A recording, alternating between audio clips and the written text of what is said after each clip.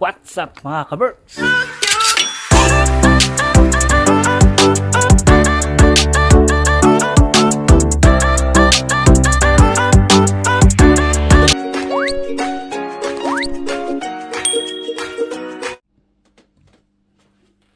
Good morning mga kaberks.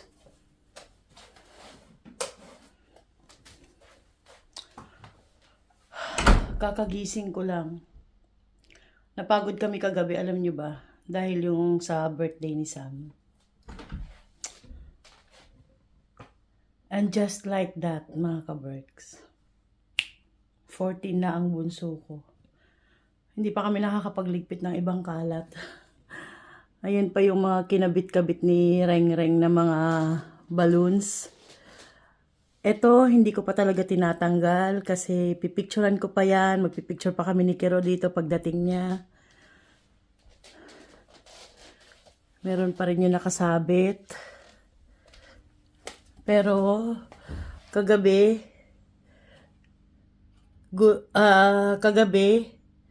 si paring Leo ang nag-imis. Nagligpit dyan. So, malaking tulong si paring Leo habang wala si Kero kasi siya yung taga-imis dyan. Siya yung katulong kong nag-asikaso ng birthday ni Sam. Siya yung taga-pamalengke. Siya yung taga-hugas ng, ng mga ginamit. Kasi si Reng wala. Umalis si Reng, nagpunta sa, may birthday din kasi siyang inateran. Prior doon sa birthday ni Sam, meron na siyang, tawag nito, event na pupuntahan. So, overnight, ganun. So, ang naging kasama ko dito sa pag-prepare ay si paring Leo. At mabuti na lang dumating sila Julie ng maaga, no? Tinulungan niya ako mag-set up sa table. Siya yung mga nag-set up sa table. Dahil kung hindi ko talaga kakayanin. Wala naman kami gaanong bisita. Yung mga pinsan lang ni Sam na mga bata. Hindi talaga ako hindi talaga kami nag-invite ng marami kasi hindi ko nga kayang mag-prepare ng pangmaramihan na serving. Inano ko lang talaga yung mayroong mga bata. Tsaka mahirap mag-prepare mga kaberks kapag wala kang sasakyan na gagamitin sa pamalengke. Imagine niyo, mayat maya yung ganun namin sa palengke o ay sa shop, sa grocery. Kasi mahirap magbitbit, mabigat. Ang hirap pang maglakad kasi may snow. So, salitan kami ni paring Leo yung namamalengke. Yun lang, na-share ko lang. Tinanong ko si Sam, nag-enjoy ka ba sa birthday mo? Sabi niya, nag-enjoy naman siya. Alam niyo ba, share ko lang sa inyo mga kaberks. Naiiyak tuloy ako pag naaalala ko. Kahapon, nung pagkaalis ng mga dalawa niyang kaklase, dapat ang kaklase niya pupunta hindi kaklase, friends. Friends niya simula nung nandito kami, nag-start siyang mag-aral dito.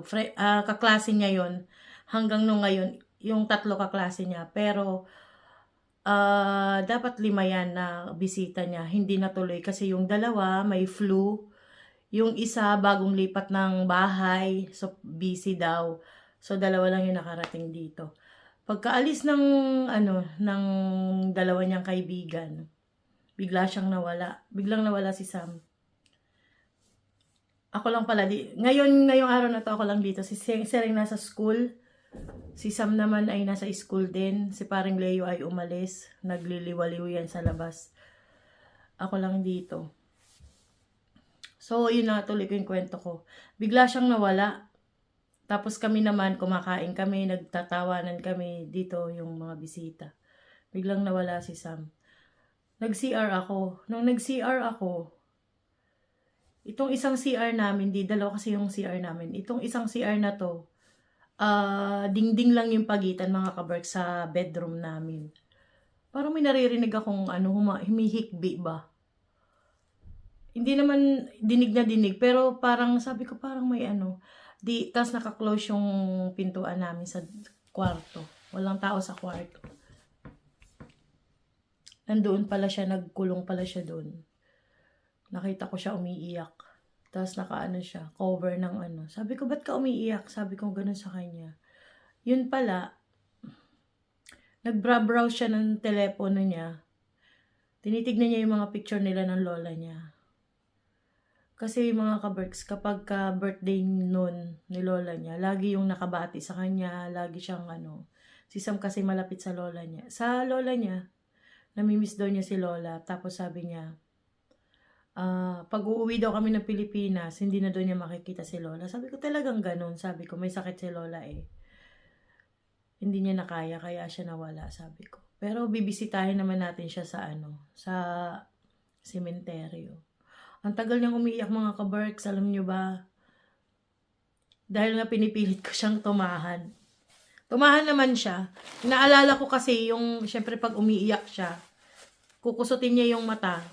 Inaalala ko yung mata niya na naoperahan, baka mamaya ma-irritate. Kasi ano pa, bago lang kasi 1 year pa lang yung mata niya simula nung na-surgery siya. Bawal siyang magbuhat, bawal niyang kusutin yung mata niya, bawal ma-expose sa araw ng matagal. Basta bawal, maraming ano, kumbaga. Kaya sabi ko, tigilan mo na yung pag-iyak mo kasi nga nagkukusot siya. Tumigil naman siya, no. Siguro hindi pa sapat yung pag-iyak niya. Ang ginawa, siguro mga after 10 minutes na ano, na kakatapos niyang umiyak. O akala ko okay na siya. Doon kami sa kwarto. Sabi ko, tama na yan, sabi ko ganun. Okay, sabi ko. Sabi ko, uminom ka ng tubig, pumunta ka sa ano, kusina. Sila Julie nandiyan sa kusina kumakain. Nandiyan pa kami. Nandiyan pa sila Ate Jazz, nandiyan pa sila Giselle. Kumbaga, andyan pa yung mga bisita namin. Si Julie nasa may lababo. Hindi pa pala kompleto, hindi pa pala tapos yung pag-iyak niya. Ang ginawa, kay Julie umiyak. Diyos ko. Doon na ibuhos niya lahat yung iyak niya kay Julie. Si Julie, pagka ano yan mga kaberks, alam niyo na, kino-comfort siya ni Julie. Lalo pang umiyak. Tapos, umiyak din siya kay Giselle. Akap-akap din siya ni Giselle. Alam mo, hindi maubos yung iyak niya. Sabi ko ganun talaga, sabi ko ganun. Ako, hindi ko naman sila inaano. Yung para gusto ko lang din ipakita sa kanila na ayoko ding umiyak pero ang totoo naiiyak ako. Sabi ko tama na yan, tama na yan. Wala na, i-share ko lang mga kaberks. Kasi alam nyo, namatay si tatay, yung biyanan kong lalaki. Namatay yun bago siya pinanganak. So, hindi niya nakita yung lolo niya. Tapos, bago siya mag-birthday, ito naman si nanay yung ano, nawala. Pero mabuti na lang umuwi kami ng Pilipinas nung July, nakapag-birthday pa si nanay. Na which is, uuwi dapat kami ngayong June mga kaberks Para sabi ko, makapag-celebrate ulit tayo ng birthday ni nanay. Kaya lang, that's life mga kaberks. Tsaka may sakit kasi si nanay, kaya hindi niya nakaya. Ang ganda, segue. Ang ganda nung nabili kong mga ganto-ganto sa Temu, no? Sa ano, pang-decorate ang birthday. Yung iba pinaglaro-laruan na, yung iba nandoon pa. Si Bella nag-enjoy sa mga balon-balon na to. Sabi niya sa akin kahapon, pop, pop, pop. Pinapapap niya sa akin. So, yun lang mga kaberks. Maraming salamat sa mga bumati sa birthday ni Sam. The next day. Good morning mga kaberks. Today is Monday. Balik ako sa ospital para doon sa second urinalysis ko. So, ito yung aking ihi. So, kailangan ko itong maibalik ng within 6 hours. So, umihi ako kanina ng 7 a.m. Alas 9 na ngayon. So, isasalang ko to sa sa tube. Ayan, may tube sila dito. Ito na yung pangalawang urinalysis ko. Una nung nagpunta ako doon. Anong araw ba yun? Friday. So, isasalang ko lang to sa tube. Pakita ko sa inyo paano maglagay dito sa tube nila. Nakahugas na ako ng kamay, pero magdi-disinfect ako. Nakahugas naman na ako ng kamay ko.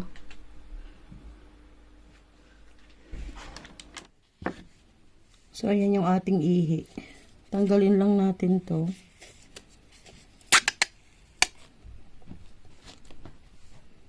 Ito yung tube.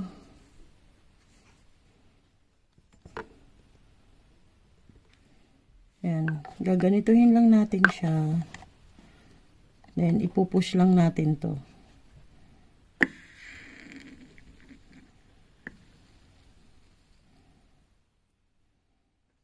Ayan. Diyan na yung ating ihi. Na-transfer na siya. Ito, tapon na to. So, that's it mga ka-Berks. So, dadalhin ko na to doon sa laboratory sa ospital. And then, siguro bukas or mamaya makukuha ko na yung result nito. I-update ko kayo mga ka-Berks.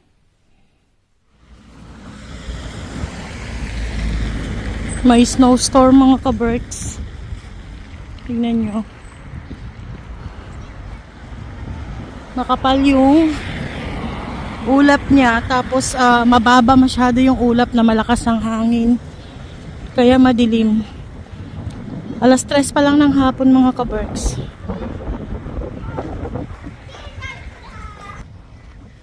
Pauwi pa lang ako sa bahay. Galing na ako sa aking check-up.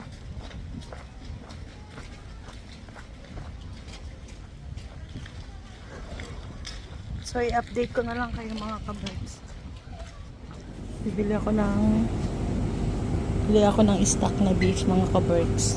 Dami nilang ngayon, display. Mga bago yan. Para sa ibang araw hindi na ako lalabas. I-freezer ko na lang.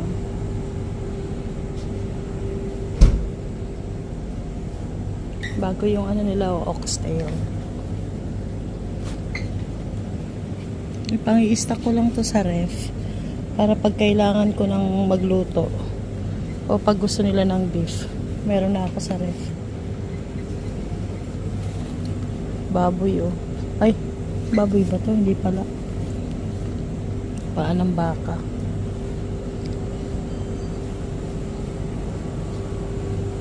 Mga bagong display.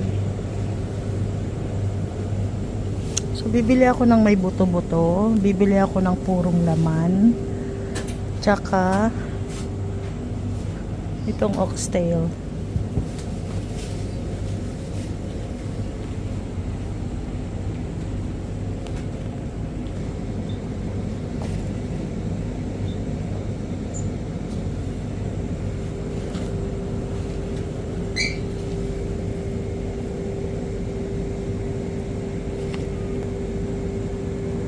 Itong laman, yan ang presyo niya. Tapos ito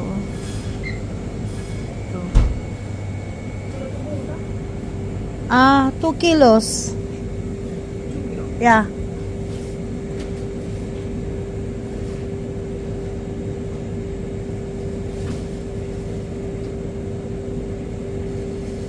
And 1.5. Mabigat kasi magbitbit. Masarap to, parang kaldereta, ganun.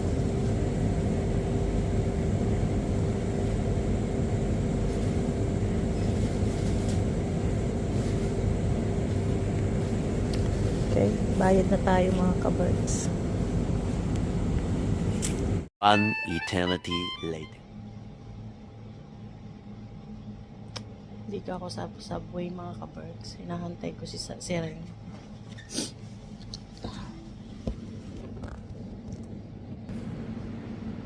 Ang gagaling sa ring dyan, sa metro.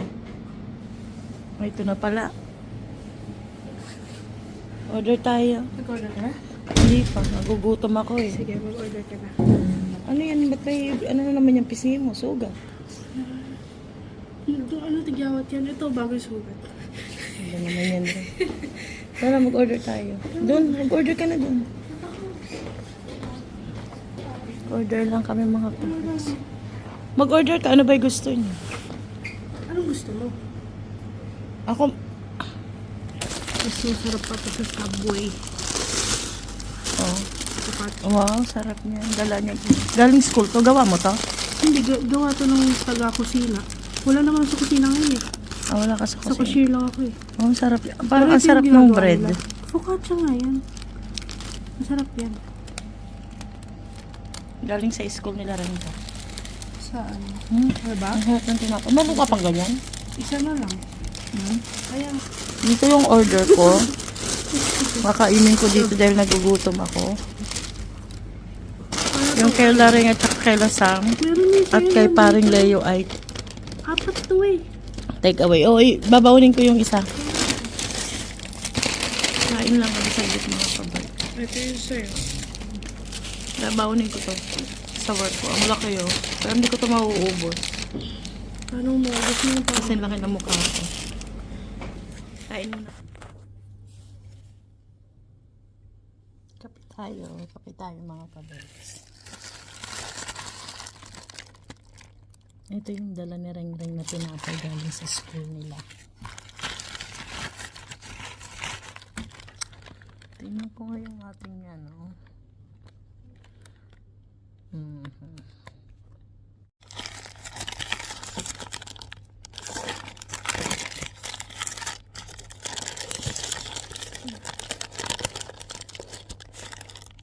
May mozzarella.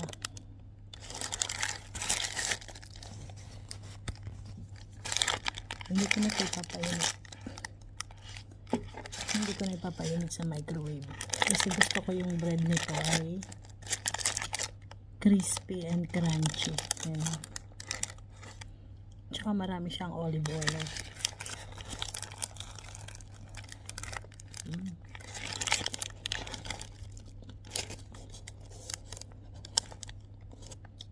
Mozzarella cheese yan.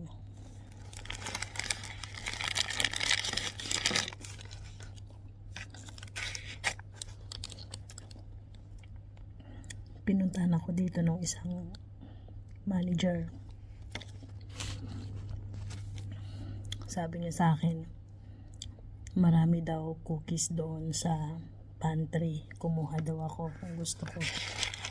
Actually, hindi siya cookies eh. Para siyang cake bar. Tapos meron siyang frosting. Kaya lang ayoko munang kumain ngayon ng sweets. Mas masarap tong bayan ko.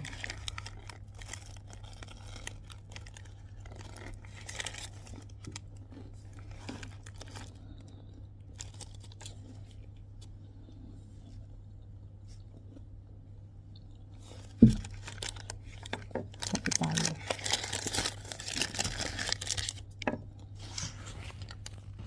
Libre lang ang coffee dito mga kabreks. Nakikita niyo yan.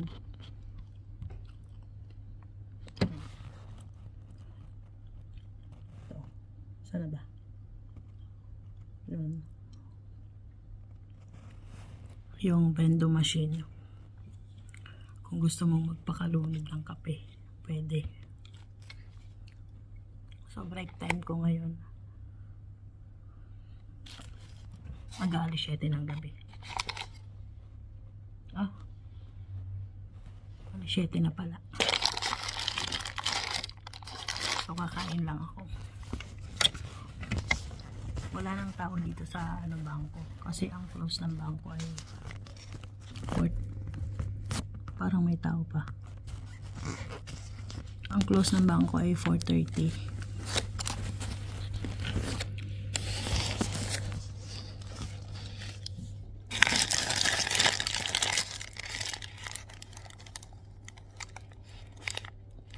Malaki to. Hindi ko ito mauubos. Mamaya ka ulit kakainin.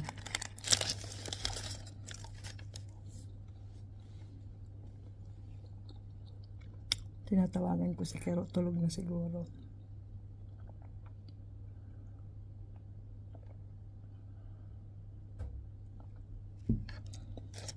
Sarap ng kape.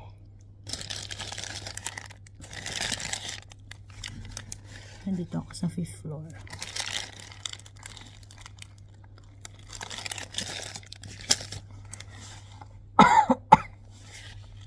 Nung nakaraan na nagkape tayo, nasa 3rd floor yata ako or 2nd floor.